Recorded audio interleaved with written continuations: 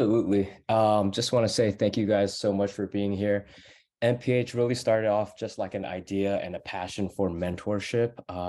I've learned so much in my own career, from resumes to learning how to revamp LinkedIn and just helping other people land their dream careers. And I think now that the team has grown so much, we have lovely Minna and Jackson hosting this resume workshop for us. They are technical recruiters that have been helping hundreds of people get their dream job in tech. And I'm just grateful for everyone on this call. Feel free to take it away, Jackson. Thanks, Brian. If we could go into next slide, please. Oh, yeah, sure. Thank you. So hi, everyone, and thank you, Brian, for that lovely intro. My name is Minna. I am located in New York City, so out of the team, I'm the only one in the East Coast. I'm currently a technical recruiter at a Series C tech startup called Rapid SOS. And I do all of our technical hiring here, so across engineering and data science teams for full-time roles, and also I lead internship recruiting as well. And fun fact, I was an intern here before transitioning to a full-time role. Prior to my experience at Rapid SOS, I also interned and worked at like a nonprofit, luxury fashion company, and like a media conglomerate, and have recruiting experiences in all those areas. But really excited to have this workshop today and looking forward to staying connected. But I'll pass it over to Jackson. Awesome. Thank you, Minna, and welcome everyone. My name is Jackson. I'm located in the Bay Area. Today, I'm actually in Los Angeles. I'm actually from Southern California. I'm transplant in the Bay, and I pretty much have recruitment from small scale startups to agency level recruitment, and most recently worked at Google, pretty much working on technical sourcing in technical program managers, pretty much like non-technical and technical program managers. And yeah, that's a little bit about my background here. And if Brian, would you mind jumping on to the next slide here? Awesome. Thank you, Brian. So today we're going to be covering a couple different things that really make up a resume and a professional profile. We'll be starting off with titles, the title section of your resume, education section, experience, leadership, skills and interests, live, and we're going to be also going through live reviews of your resume. And we're going to actually be having Q&A sessions that are scattered throughout the course of this presentation in the event that you guys might have any questions whatsoever. And beyond that as well, actually jumping on back to the previous slide, Brian, just have another note there. The structure that we have here is a structure that or in terms of the structure of this like presentation and structure of a resume can be structured in many different types of ways. We have here starting off with the title, education, experience, leadership, skills, and interests. But in terms of your resume, to best suit more of your background and experience and what you want to lead with, you can adjust your resume for whatever fits your background best. So that's a little bit about that there.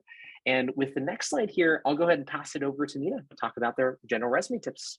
Thanks, Jackson.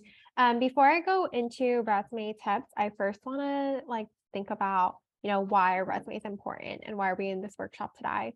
So as a recruiter, I feel like resumes are a first impression of somebody that I'm meeting for the first time, for example. So without knowing anything about you, I'm able to see it on a piece of paper. And of course, people are more than that. But for a prospective role, it's really awesome to see like their experiences and their background, skills and interests, hobbies, which we'll get into later.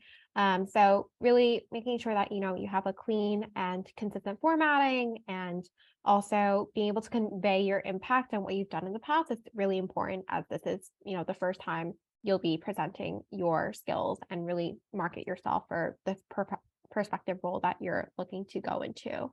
So going into resume tips now, first step is to use a professional email. I'm sorry to everyone who loves chicken nuggets, including myself, but please do not put that as your email that you're putting on your resume. I actually recommend having a Gmail just for your professional life outside of your personal life, so it doesn't get into the haystack if you get an interview request or rejections or anything related to your journey to your next role.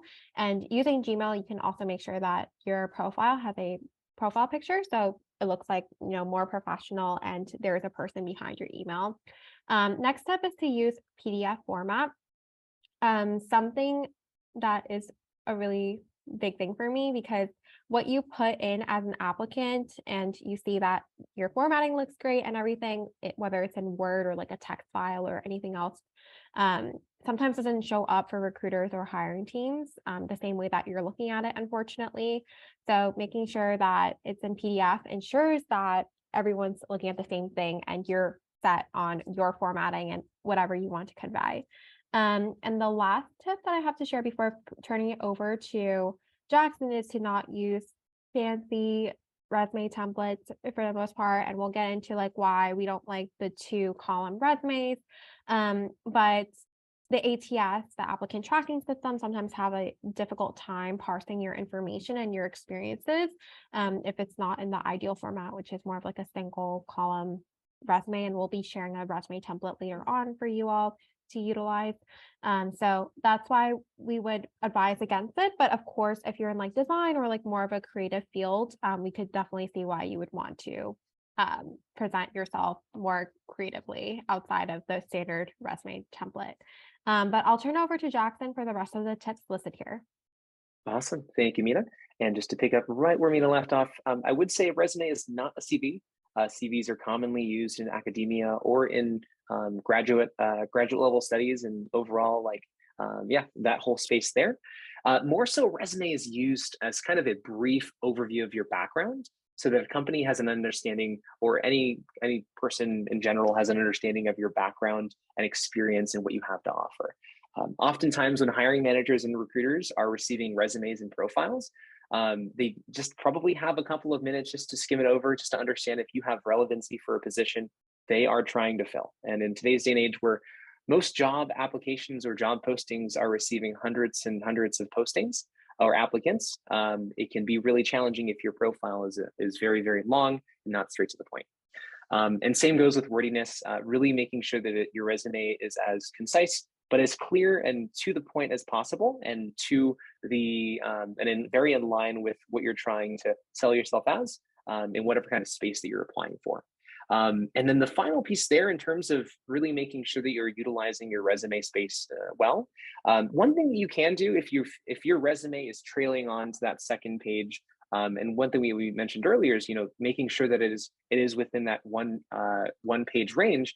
And I think I might have missed that, but in terms of keeping your resume, even if you have like 10 years of experience, you do want to keep it down to one page. And for the same reason earlier that I've mentioned, making sure that it's as brief as possible, since hiring managers and recruiters don't have a lot of time to go through a very, very long profile. And it's important that it's as brief and clear as possible. So you can use page margins to your advantage. So if your resume has a lot of text and it's trailing on to the second page, you can tighten up the page margins on your resume so that you're able to fit in a lot of text. You can play around with the font size of your text as well, so that you can fit in as much information as possible while keeping in a lot of the key details of your professional profile in your resume. So those are kind of some general resume tips. And if you can jump on to the next slide, pass it over to Minna, talk about the title section. Awesome. So the title section is typically as standard, the top part of your resume. As you can see, we pasted like a little bit of our resume template. I would love to see everyone's name right there, center and bold, so I know who I'm looking at. And the essential information that I need is like your email address, phone number to contact you if we're interested in pursuing, an opportunity together, as well as your location. I would say all we need is like your city and state. No need to go and put your whole address there for everyone. If someone is interested in moving to an offer stage or further along in the interview process, they would just ask you for your address if needed. But the location is just useful if someone needs to be in a hybrid or an in-person role, for example. And then you could also put your LinkedIn URL. I would recommend shortening your link in your LinkedIn settings. So for example, mine is just linkedin.com/Minna Cho. So it's very like short and easy, but if you have like a whole bunch of numbers or a lot of dashes, it could be like harder to fit that into that one line. If you are in engineering or design, or you have a portfolio that you created for yourself, that's amazing. As a recruiter, I love to see that. So feel free to add your portfolio and other additional links like your GitHub onto that line there as well, and hyperlink if that's also helpful. And the last piece I wanted to talk about is summary. To be honest, I'm not the biggest fan of summaries. I just feel like I'm a big fan of like show, not tell through your experiences and bullet points, which we'll go into further along. But if you find yourself having a lot of white space, not hitting that 1-page mark because you don't have a lot of experiences, or if you see yourself doing a transition into a different industry or career-wise, it's helpful for the recruiter to know more context as to why you're applying to this role. So I think in those scenarios, it's great to have a summary that you could put right underneath your title section. But Jackson will next be talking about the education section. If you could go into the next slide. Thank you. Awesome. Thank you, Minna. And just to go through the education section, pretty much comprises of a lot of general things. Of course, you would want to include your school, the major, the type of degree that you're getting, city and state, maybe and then beyond that, some of the things that you can include in there are relevant coursework, extracurriculars, academic honors, and in regards to the GPA, it is an optional one. We would recommend that if it is higher than 3.5, leave it in there. But honestly, it really doesn't matter. I think the most important thing is making sure that your education section really speaks to the types of roles that you're applying for. So if your overall cumulative GPA isn't the highest, but your major GPA is, and it is in line with what you're applying for, feel free to throw that in there. Beyond that as well, one of the things that a lot of folks who are just coming out of school might think that like, hey, I feel like I don't have a lot of experience, but in actuality, you do have a lot of experience. You've gone through 4 years of education, and maybe you might not have the hands-on experience in a certain role, but you have 4 years of theoretical experience learning about a certain aspect of a role that you're applying for. So feel free to throw in some of the coursework that you've worked on, any projects that is really helpful experience that could be really, really relevant and impactful for a position that you're applying for. And same goes for the clubs and any kind of projects that you've worked on there and involvement in that space too. We'll be talking about leadership experience there as well. But yeah, we'll leave it there. And Brian, if you can jump on to the next slide, you've got a little fun meme here, but just a nice break for y'all. If you guys have any questions, feel free to let us know. I know that we've talked a bit here.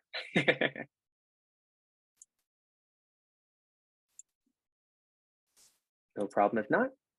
Alrighty. Awesome. We'll pass it over to Minna to talk about the experience.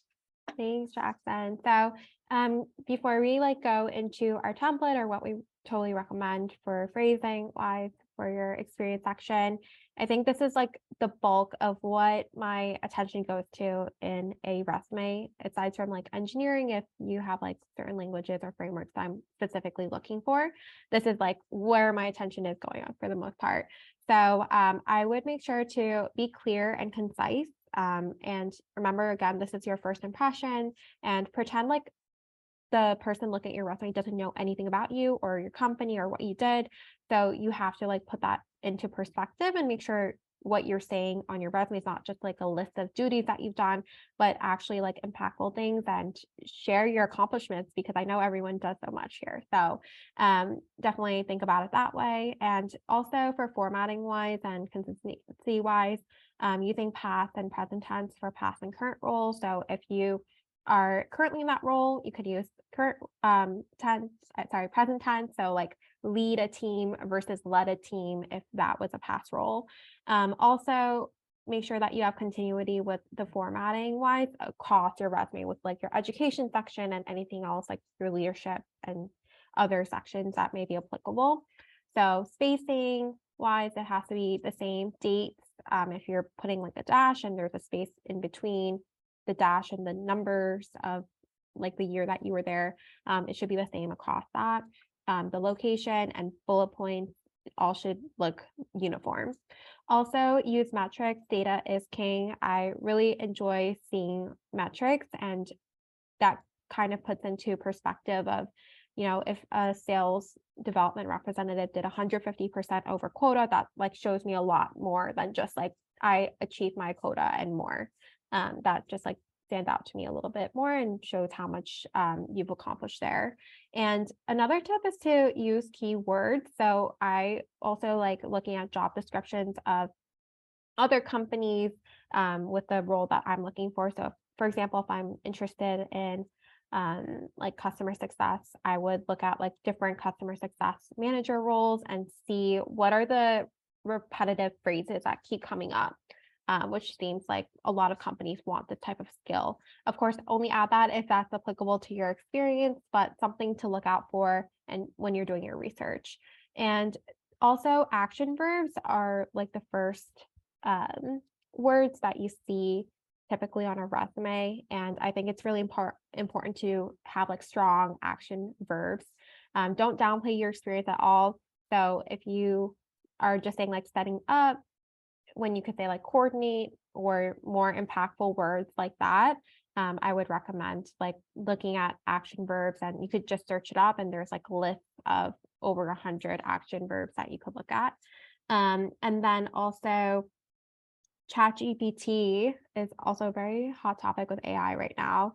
I think Jackson has a tip here if he wants to come in, but you could use ChatGPT to write like, please write a line about this experience in a better way, for example, to draw inspiration of what you could use to really show your impact and highlight what you've done. But Jackson, I think you had another tip.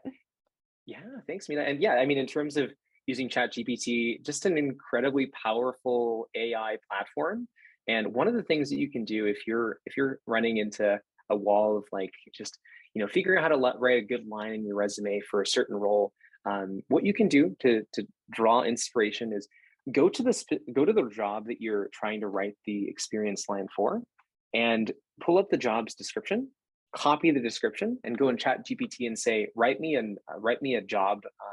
resume experience line based on this job description. And you just paste the job description in there, and it should be able to punch out various lines that you can use, or you can draw inspiration from for your resume. So it's a little tip there. And if Brian, would you mind jumping on to the next slide here? Oh, I think Darren has a question. Oh yeah, Darren, do you have a question? Yeah, I do. I can wait if it's if there's a better time. We will have a couple seconds in just a bit. So yeah. Yeah, sure, no problem. Go ahead. Awesome. Alrighty. And just to jump on to the next piece here, in terms of writing out the bullet points in your experience section, what most folks think about is writing down the specific responsibilities that you've had. But one of the things that you can do to really bring that experience line to the next level, to truly showcase the impact that you've had toward the organization, is using what's commonly called and what's generally called is the XYZ method. And what this is broken down is a 3-piece structure that you want to use to highlight, your direct impact to an organization. And it starts off with showcasing what you've accomplished by talking about how that accomplishment was measured, and finally ending it off with how you were able to achieve this accomplishment. If Brian, would you mind jumping on to the next slide? We have actually an example that showcases this XYZ method quite well. And if you were to look into the second line of this person's experience section underneath the MPH Tech Academy source or recruiter on the first bullet point, you can see it's generated a certain amount of money in revenue by exceeding Q1 goals of sales by effectively recruiting 4 candidates.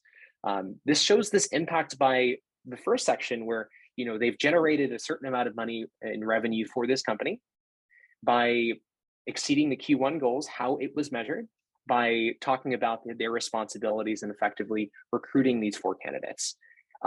Commonly, this would be found in a resume where it's like, I recruited candidates for this company. But when you talk about it in this kind of way where you're leading with the metrics, leading with the impact toward the organization, you really get to showcase your true impact and your abilities in a certain position beyond anything else. So these are one of the ways that we recommend weaving this in throughout your experience section. It doesn't have to be every single line in your resume, but we really recommend throwing this in there whenever possible, whenever you have any noteworthy kind of achievements and contributions to your organization in whatever capacity. So that's a little bit about the XYZ method. If Brian, would you mind jumping on to the next slide? We talked a little bit about the leadership sections that we've talked about and alluded to a little earlier. One of the things that I mentioned earlier is that, for a lot of folks coming out of school or are in their early careers, they might think, hey, I don't have a lot of experience working in a position, don't have that hands-on experience. One of the things that you can include are leadership expectations. So this can be leadership responsibilities in clubs or groups, or maybe even in your respective communities where you've contributed to in a certain capacity. Leadership's a really important trait for any kind of position. So being able to focus in on that and being able to showcase that in your resume is what we think is pretty important. Though I do want to mention it is an optional section that you can add in there if you're finding that you have a lot of empty space in your resume. But these are one of the this is a section that you can include in there should you find yourself in that situation. So yeah, that's a little bit about the leadership section too. And if Brian, would you mind jumping on to the next slide? We've got a nice time for Q&A and a little fun grow groomium. But Darren, I know you had a question there. Oh, Darren, I think you're on mute. There we go. Can you guys hear me now? Yeah, loud and clear. Yeah, my question relates to the metrics portion of like resume bullets. So I come from a legal background. I'm actually graduating law school in May, but so I'm looking to go into like contract management types of roles or even like associate consulting roles. So part of the challenge for me is not having the metrics, like to include the data numbers, like increased, efficiency by X, because a lot of my work has been like advising executives or like, reviewing contracts and stuff like that. So do you guys have any advice on how to navigate that? Yeah, good question. Yeah, Minna, any thoughts? I'm still thinking about a pretty good thought to that because it's, I could try to answer that as best as I can. I think the point of the metrics specifically is to show impact within the organization. So in relating to your situation, if you can think of different things where you've made substantial impact within your niche or industry, that's all that matters. This is just a framework, the XYZ method, to showcase that impact. Hopefully that was helpful. That is helpful. Yes. Thank you. Yeah, I think like if it's relevant to your role, like for example, the metric that I have for my resume is like I have an average of 4 hires per month. Or Darren, if that makes sense for you, like you work on X amount of contracts per week, or helped close X amount of deals per quarter, like that could be something that you could do. Just brainstorming here. But again, like the bottom line is you're just trying to show like what your experiences are and what kind of impact you have. If metrics don't align with what you're doing necessarily, like I wouldn't stress too much about that. It's just something that catches my eye. But I remember for like my legal roles that I've worked on in the past, like I read through the resume lines and see what they do. So regardless of that, like I wouldn't sweat about it too much, but maybe just think more about what's applicable to what you're adding, and maybe focusing on one standout thing that you've done is more impactful than just listing a metric. So I think it depends per role and per scenario. Thank you. That's very insightful. Appreciate it. Of course. Any other questions right now while we're here, or we could go on to the next slide? Sounds good. Awesome. Cool. So I'll take it from here. So for the skills and interest section, this is like probably like my tie of what my second favorite section is out of everything else. I love seeing skills, especially if you're like in engineering or design, like knowing what specific tools or frameworks or languages you're done in the past is very interesting to me, especially if I have a specific tech stack that I have in mind.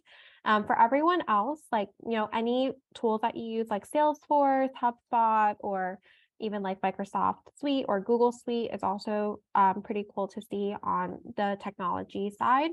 And also, if you are bilingual, that is really awesome and can be an asset to a company, especially if you are looking for like a technical support role, for example, where that experience is really useful and leveraged there.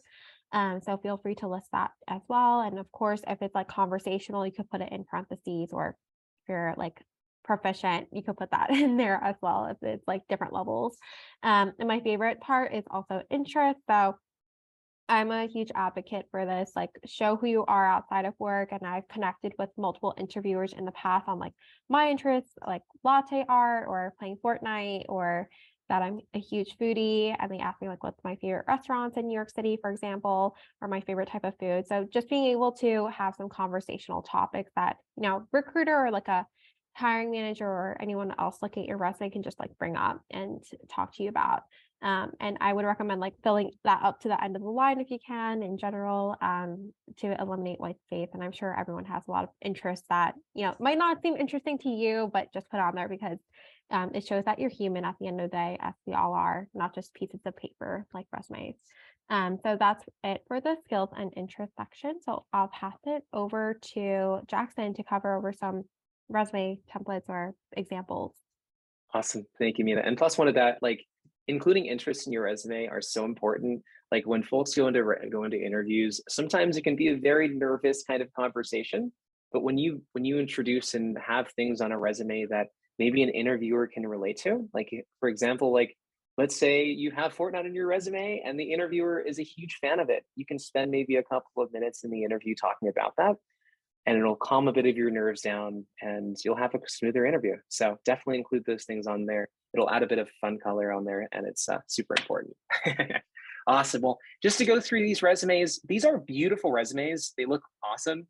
But one of the things that these resumes have as a bit of an issue is that they are heavily edited. There's like it's a very complicated design that's on here that once they're uploaded into an applicant tracking system, it's basically kind of a database that recruiters will commonly use to manage candidates that apply for positions. And when candidates apply with resumes that have this kind of formatting, even with images as well, it can really mess around with all of the text that's on there as well.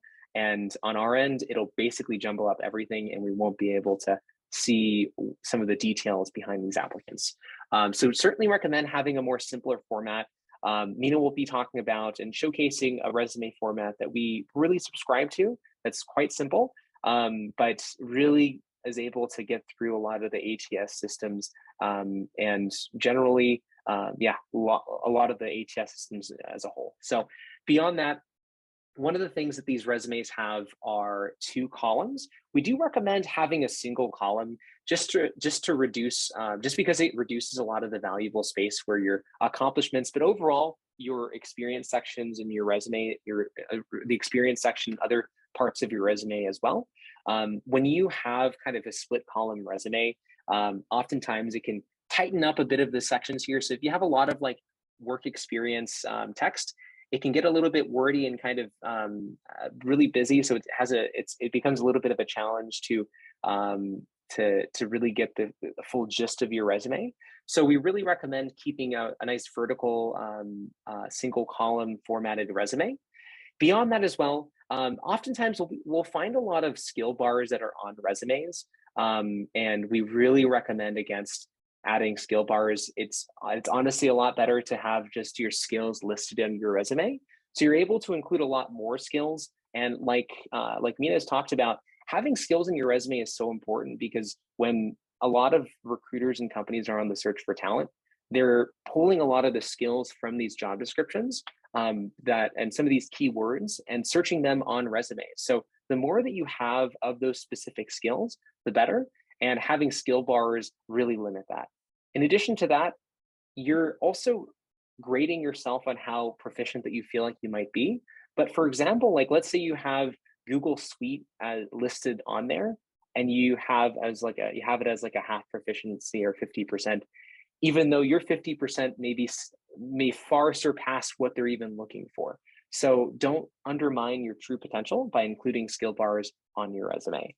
So yeah, those are kind of the main pieces there.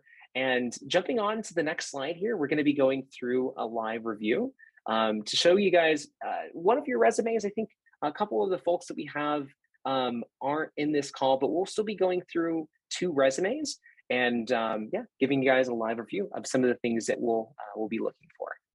And I'll go ahead and share my screen first. All right, perfect.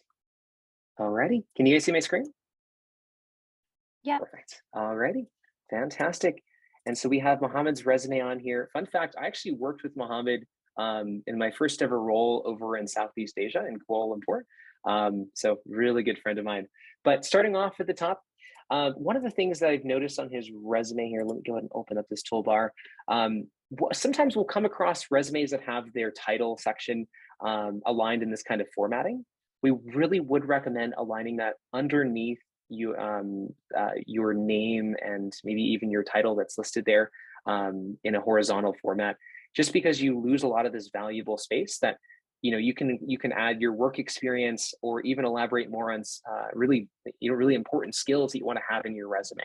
So would really recommend adjusting that. Another thing we've noticed, Minna was talking about this, you have the ability to change your URL in your LinkedIn settings. So would recommend changing that to something that's a lot more simpler. In the event that, if a recruiter wants to pull up your profile, they can just copy and paste or just jot down your name. It just keeps it a lot more clean and looks a lot better. Beyond that, some folks have included their, or Mohammed's included their Skype profile. So this isn't necessary, no need to put that on there. Like Minna's mentioned, some of the most important things you want to have are, of course, your name, of course, your email, phone number, location, LinkedIn URL, that's super important, and a GitHub if you do have those types of projects listed on there. Beyond that as well, jumping on to the work experience section, I do have some notes on the resume structure. Like I mentioned, in terms of the columns, we do want to make sure that it is vertically formatted, just so you can include more information in your work experience section, and you can really go on and on a little bit more on some of the experiences here. Beyond that, in terms of your experience bullet points, you really want to leverage your experience by structuring it in that XYZ format. Mohammed has on here some incredible accomplishments, like, for example, being one of the, where is this here? Well, of course, leading an iOS team and, huge impacts to their organizations. Of course, for one here, achieving top 5 rank in Pakistan for open source development, really making sure that you can leverage your experience by showcasing that impact by what you've done.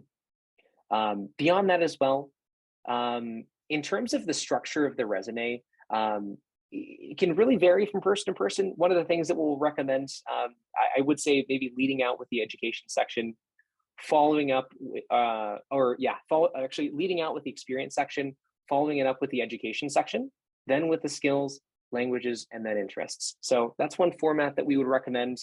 Would also recommend simplifying the resume. It is formatted in a really beautiful way. It looks super cool, but like we've mentioned, would recommend simplifying it so it doesn't get jumbled up in the ATS system that recruiters will be utilizing. Images can affect this too, would recommend removing that as well. But like I mentioned, we'll be sharing a nice simple format that you guys can use for your resumes.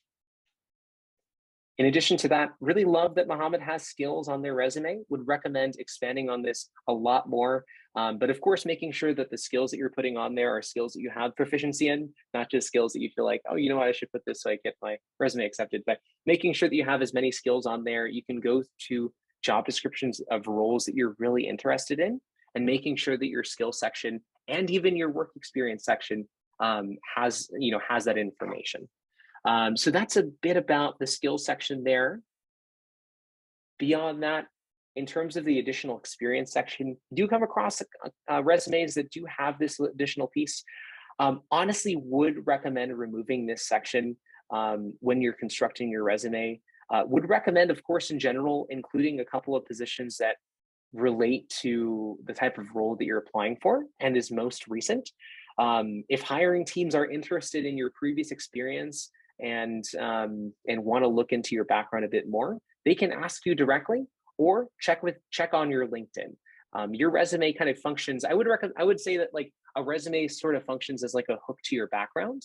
And if they're looking to read on a bit further, they can look onto your resume profile. So it's really important that those two things work hand in hand. One isn't a substitute for the other. So those are some of the main pieces that I have for Muhammad resume. Minna, any thoughts that I might have missed out on? I feel like you hit on a lot of points, Jackson. Thanks for sharing. I think for Muhammad, like, don't downplay on your experience. I see you've done amazing things. For example, like your first bullet point, maintained and revamping of iOS application to latest technologies. I'd love to see as a recruiter, like, what are those latest technologies that you've migrated it to, and what was it before? Because what if I'm working at a company that's doing the same thing? Would love to see that specifically. And I think there's a lot of bullet points that you can expand on to really show your impact. I do want to just say for the images piece, like, I feel like there's a lot of false things about like saying, oh, the ATS is against us, blah, blah, blah, blah, blah. But as a recruiter, I go through like every resume, honestly, and click on the PDF if they have it, or whatever attachment they do. So I would still see your image just fine, but the ATS on its own, when it's parsing your resume, may distort your resume and how it shows up in terms of like your written experiences, etc. So just wanted to clarify that point. The ATS does not filter you out just because of this. So just wanted to state that for everybody. But thanks, Jackson. I think you hit on so many great points. Awesome. Thank you. Thanks, Jackson. Okay, so I will go over to the one that I will be looking over today. But if this person is on, which I believe they are, Antoine, am I saying your name correctly? Please let me know in chat, or or you can unmute yourself if that's helpful. I don't want to say your name incorrectly all the time.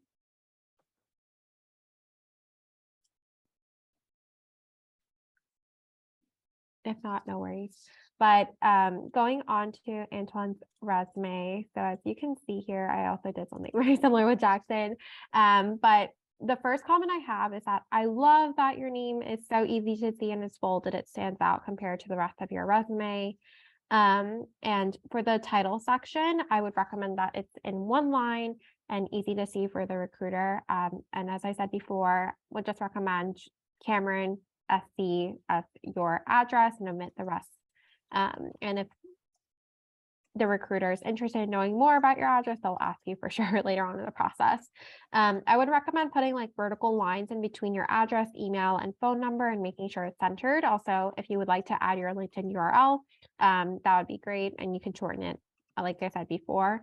And please make sure that everything is the same font size. So for example, unless it's like headers, as you can see here, like this font and this font and this font should all be the same and uniform. Going into the next thing, I see that Antoine has like a profile summary and then skills synopsis. Just want to show that this is capitalized and this is not, so just wanted to say that. But I, again, I'm not a huge fan of these summaries and skill synopsises, but I think you should really show rather than tell, especially about your soft skills. I don't like soft skills when they're listed on the skill section. I'm more interested in your hard skills because I should see your soft skills come through the experience section, which is the bulk here. But if you are looking to transition into a new role or don't have a lot of space, so you want to fill it up, would recommend just choosing one between these two and be able to share that.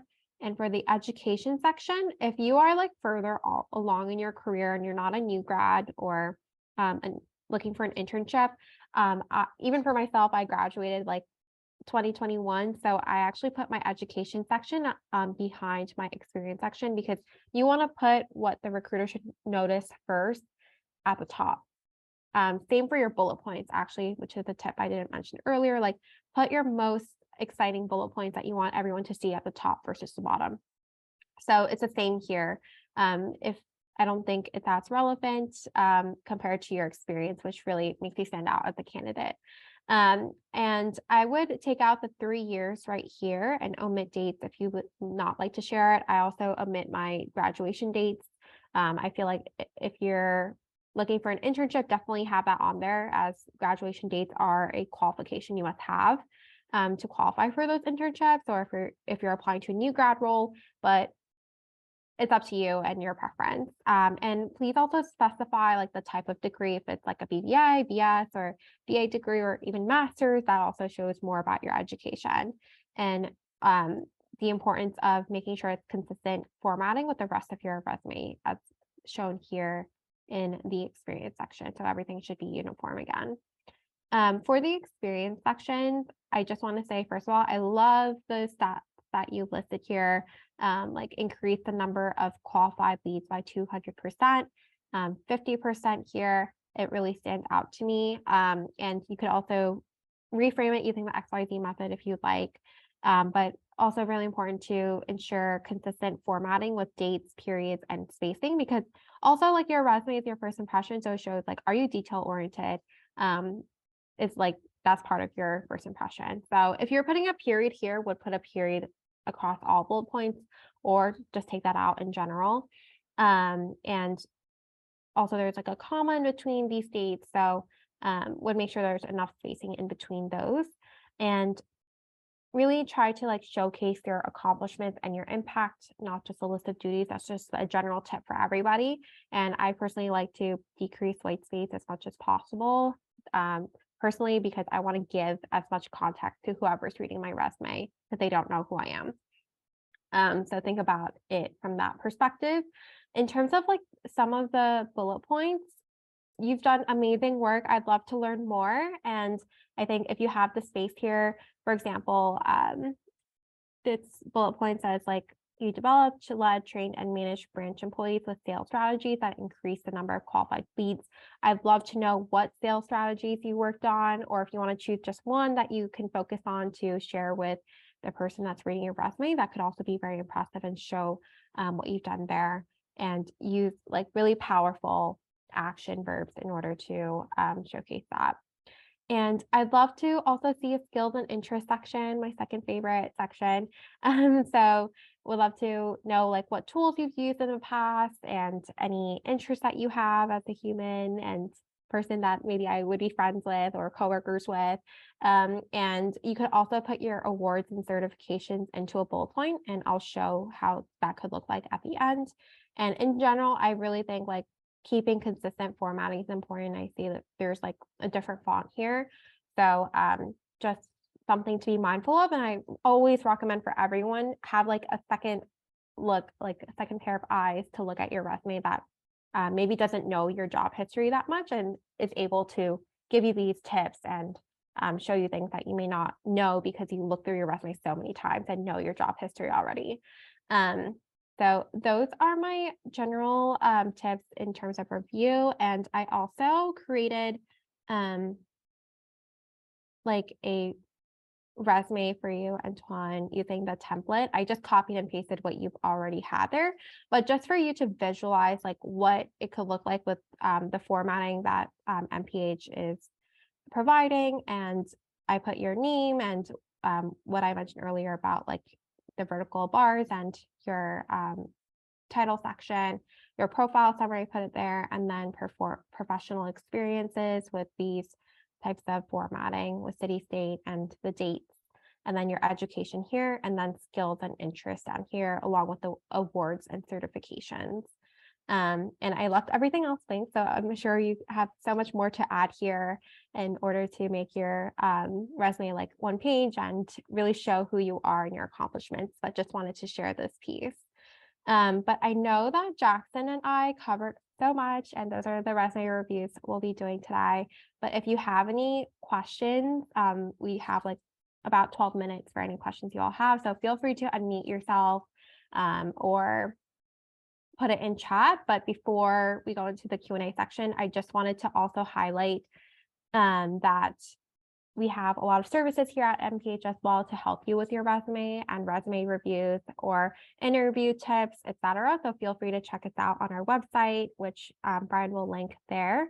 And we will also be sending resources after this meeting today. So you'll have the resume template that you can use. And I also see Brian has linked it in the chat. So feel free to check those out. And use those resources so you could find your next role and your ideal field and whatever you're looking for. And Brian just shared his screen so you could see what that looks like. But yeah, go ahead, Ryan. First off, thank you guys so much for that wonderful presentation. Just wanted to interject here. For everyone that stayed, we'd love to offer you this free resume template. This is on Gumroad right here, which I'm presenting, and the link should be in the chat. Feel free to enter any price that you want. You can enter 0 and have it for free. These 2 resumes will be in your inbox. Our only ask is if you guys can just leave us a rating if it was helpful. That's all. All right, back to you guys. Thanks, Brian. I saw Inyoung has a question. What do you recommend to do with volunteer experiences if it's not relevant to your job that you want to apply to? Should I just not include volunteer experiences at all? Jackson, what are your thoughts there?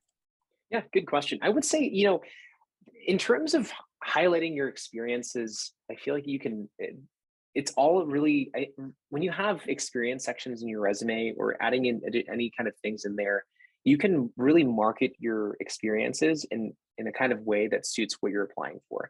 So you might think that the volunteer experience might not be 100% directly relevant, but there's always some aspect of it that has some relevancy to the positions you're applying for. So would recommend adding that in there if you feel like there's not a lot of information or you're finding that you're having a lot of blank space. But also too, it shows a lot of involvement as well, because if it's something that the organization that you're applying for is really passionate about, it could be really helpful on there as well. And then in terms of just overall like involvement, it can be helpful to just generally like include, I had like a brain fog there. But I think generally what I'm trying to say is that like when you have these volunteer experiences, these can also count as general experiences as well. I mean, even if you're not being paid to do something, it can be something that an organization can find valuable in your background. So just my response there. But Minna, if you had any thoughts to In-Young's question. Yes, adding on. First, I would say I love seeing volunteer experiences that shows like you're passionate about something outside of work, especially if you're in a leadership role at like a nonprofit or anything like that. It shows, soft skills that could be transferred to whatever role that you are applying for, and shows you're committed to something outside of work, which is really awesome, or shows you're passionate about a certain cause. And for example, my company, Rapid SOS, we are very purpose driven. We help to save lives through technology.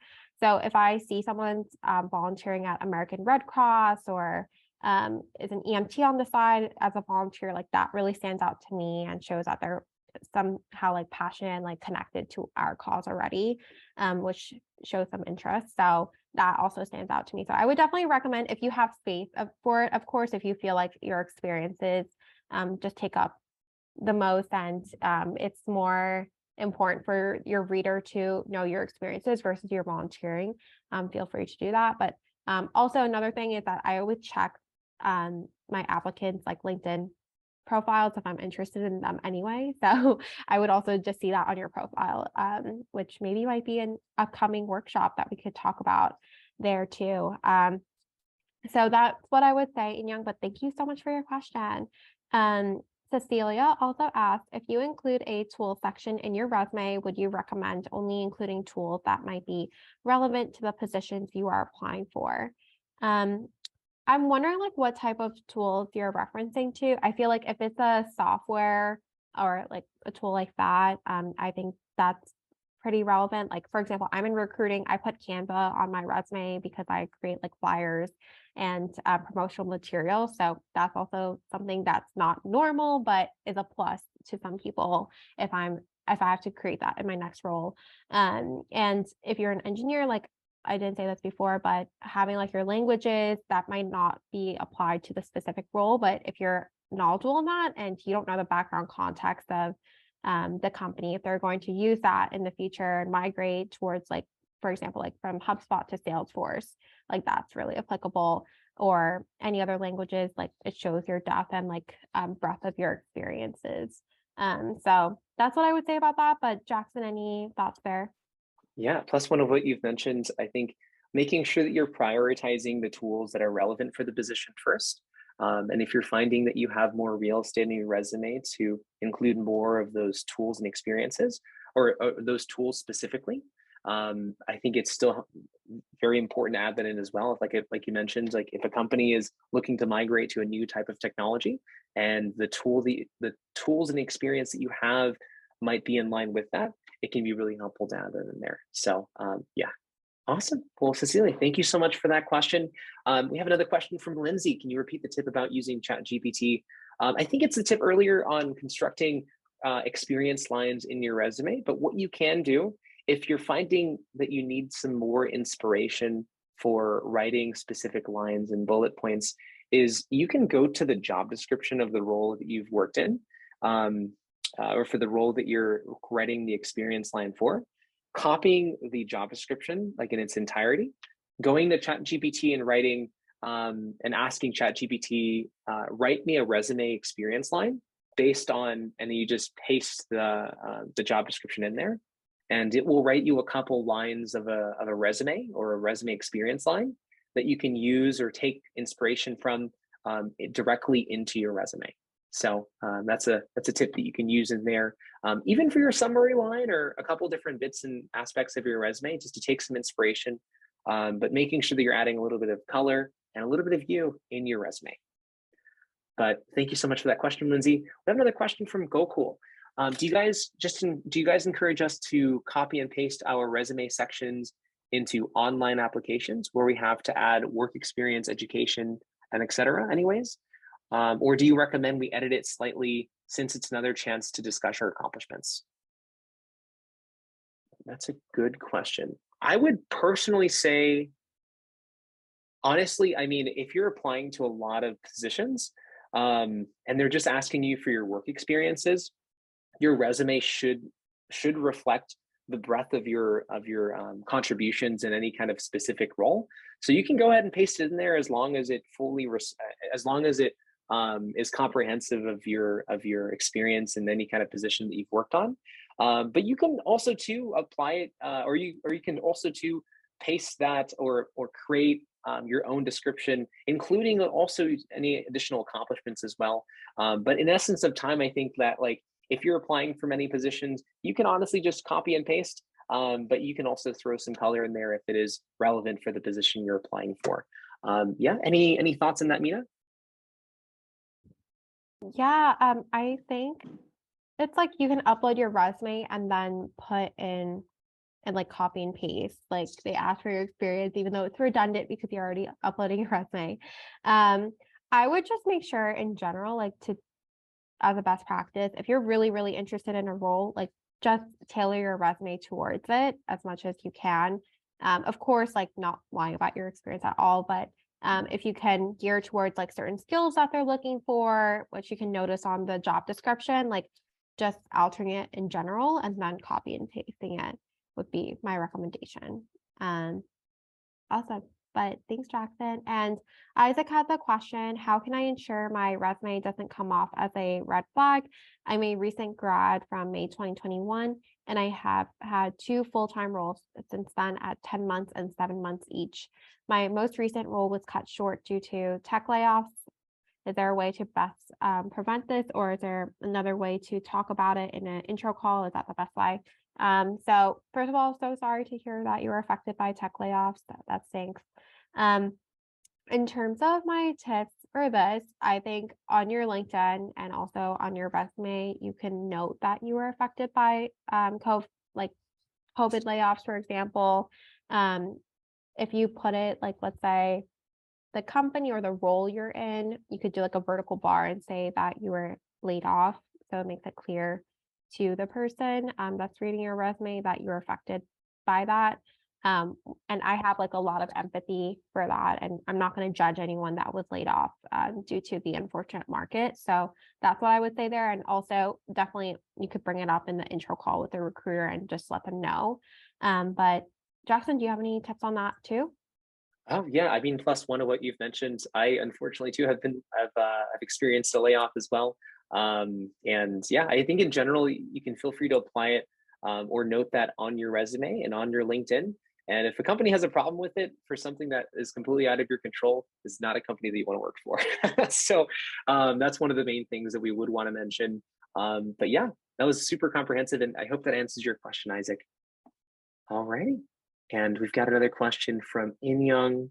How do we use ChatGPT? It's quite simple. You can just actually Google ChatGPT. It should take you to a website from the company that hosts ChatGPT.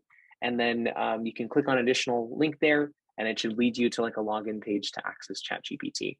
And Brian will show us right now. Exactly, it is on a website. So you just click on that link that's in there, click try ChatGPT, and then you're in. What it's not showing is you do need to log in, but it's super simple. Like to sign up, you just basically sign up with your, you just sign up with maybe your Google email, or honestly any email in general. You should be able to get in there pretty quickly. And then you can basically ask it anything, anything from like, write me a line in a resume to write me an intro email, or maybe even write me an email to a hiring manager based on paste job description.